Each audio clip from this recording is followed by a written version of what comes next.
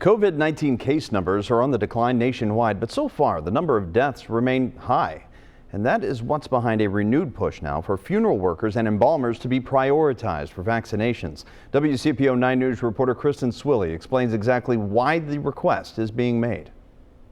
Funeral workers say they've been in direct contact with COVID-19 victims and their families at a far greater frequency than the general public, and they want to know where they stand in Ohio's vaccination rollout. If one of us gets sick, it's a major issue. Devin Woodyard is a fourth-generation funeral worker who watched his industry pushed to its limit. In November and December, many funeral homes were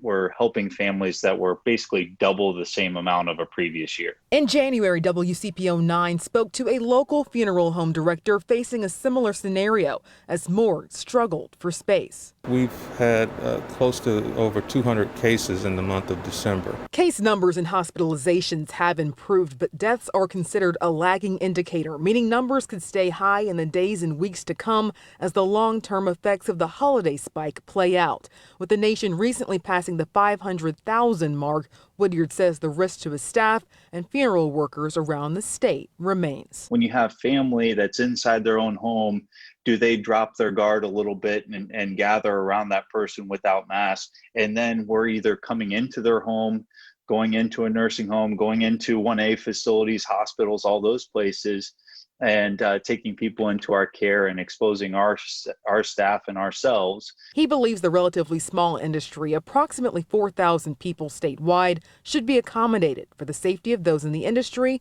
and those mourning a loss. As I can say, hey, I'm concerned about contracting it from somebody, I'm awfully concerned about spreading it to families too. The Ohio Funeral Directors Association has reached out to Governor Mike DeWine's office, and they are holding out hope to be included in the next phase.